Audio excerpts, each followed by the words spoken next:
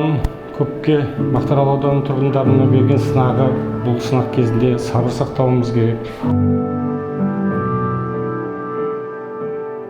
Мынау біздің қоғамдық бірлестіктер ақиқат шегесі техасбалы үндеу тастаған болатын еді. Адамдар жаңа түсіністікпен қарап, адамгершілік жасап. Алғысымызды білдіреміз. Сіздерге ең бірінші ниеттеріңіз қабыл болсын, істеріңізге Алланың нұры жаусын деймін. Үлкен рахмет. Рахмет сізге осындай жаңағы қиын жағдайда тығыршықта осындай келіп жәрдем беріп біздің халқымызға осындай қызметіңізді көрсетіп жатқаныңызға